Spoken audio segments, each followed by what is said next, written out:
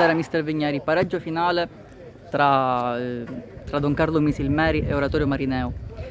Allora, prestazione d'onore da parte dei suoi ragazzi che comunque hanno giocato una partita alla pari, a testa alta e senza mai subire gli avversari o quantomeno cercando di giocarla sempre a viso aperto. Una sua opinione sulla prestazione dei suoi ragazzi? Sono molto soddisfatto della prestazione, un po' meno del risultato perché secondo me noi oggi avremmo meritato di vincere.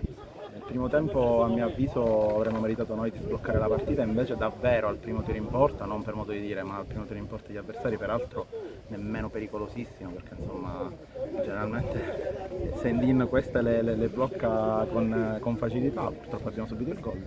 E da lì chiaramente si è complicato tutto, noi avevamo l'intenzione di riaprirle il prima possibile, poi in realtà abbiamo dovuto inseguire, però ripeto sono molto contento del fatto che siamo rimasti dentro la partita con la testa e anche con le idee, con il nostro modo di giocare, abbiamo cercato di portare avanti fino alla fine, ripeto prestazione molto convincente che dimostra una crescita, era quello che io avrei voluto riscontrare, una crescita rispetto a 7 giorni fa importante. Prestazione molto interessante da parte di Nunes Correa, il numero 11.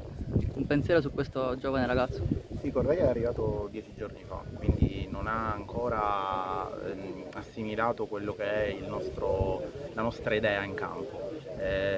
Questo si nota, a mio avviso, perché comunque molto spesso è slegato, però è chiaro che il suo talento è altrettanto innegabile, riesce a inventarsi delle giocate importanti, chiaramente ripeto dobbiamo ancora andarla a inserire nei nostri meccanismi e sono certo che quando questo accadrà le sue peculiarità verranno fuori in maniera ancora più dirompente. L'obiettivo stagionale del Marineo sarà anche quest'anno la salvezza o si punta ad alzare un po' l'asticella rispetto alla passata stagione?